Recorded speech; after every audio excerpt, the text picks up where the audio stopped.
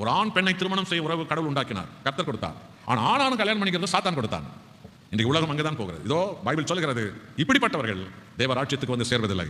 திருடர்கள், பொருளாசைக்காரர்கள், வெறியர்கள். கவனிச்சு பார்த்தீங்களா? குடிவெறி. இதை தான் கேட்டுப்பீங்க. இப்போ லேட்டஸ்டா இந்தியாவில் என்ன வெறி போகுது? மதவெறி, குடிவெறி, மதவெறி, ஜாதி வெறி, பணவெறி, பதவி வெறி, பொம்பளை வெறி, ஆம்பளை வெறி, மதுபான வெறி, வெறி வெறி வெறி வெறி பிடிச்சிருக்கான்.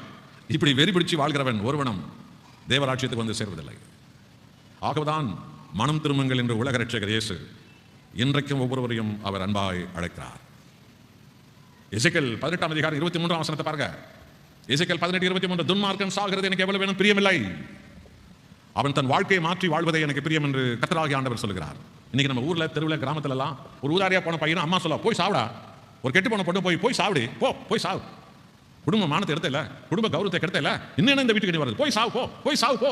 அம்மா சொல்றான், அண்ணன் சொல்றான், அக்கா சொல்றான், மாமா சொல்றான், மச்சான் சொல்றான், அவன் சாவுன்னு சொல்லி அந்த அக்கிரமக்காரன், அந்த துன்மார்க்கன். ஆனாங்க தேவன் என்ன சொல்றாரு கவனிச்சீங்களா? துன்மார்க்கன் சாகிறது எனக்கு எவ்வளவு வேணும் பிரியமில்லை. அம்மா பிரியம்ன்றா, சாவு சொல்றா, அப்பா சாவு சொல்றா. ஆனா கர்த்தர் சொல்றாரு, துன்மார்க்கன் சாவது எனக்கு பிரியமில்லை, அவன் தன் வாழ்க்கையை மாற்றி வாழ்வதே எனக்கு பிரியம் என்று கர்த்தராகிய ஆண்டவர் சொல்கிறார். இந்த தெய்வத்தை தாங்க இந்தியா தெரிஞ்சுக்கணும். எதுக்கெடுத்தாலும் தற்கொலைப்படி சாவறான், எதுக்கெடுத்தாலும் குச்சி சாவறானே, நான் சாவறேன் போறானே, இப்படிப்பட்டவர்களுக்கெல்லாம் இந்த வாழ்வு கொடுக்கிற தெய்வத்தை இந்தியா அறியணும் இல்லையா? வாழ்வு கொடுக்கிற தெய்வம். அக்கிரமக்காரன் சாவது எனக்கு பிரியம் இல்ல, அவன் சாவக்கூடாது, அக்கிரமம் தான் சாவணும், அவன் மனம் திரும்பி வாழணும். அன்னைக்கு யூதர்கள் தவறான வாழ்க்கையில் வாழ்ந்தால் இடத்தில் ஒரு பெரிய கூட்டத்தை கூட்டி தெருவில் விட்டு கல்லால் அடிக்க கொண்டு வந்தார்கள். அங்கே இயேசு வந்தார். பாவிகளை மீட்க வந்த ஆண்டவர் இயேசு வந்தார். உடனே அந்த கூட்டம் ஆண்டவர் இயேசு இடத்தில் குற்றம் கண்டுபிடிக்க வேண்டும் என்று சொல்லி, போதகரே இப்படி கெட்ட நடத்தில் வாழ்ந்தவர்களை கல்லால் எடுத்துக் கொள்ள வேண்டும் என்று மோசே சொல்லியிருக்கிறார். தேவன் சொல்லியிருக்கிறார், சொல்ல பார்த்தீங்களா? அவங்க மோசே சொல்லியிருக்கிறார், நீ என்ன சொல்லுகிறீங்க என்று கேட்டார். நீங்க பலமுறை படிச்சிருப்பீங்க.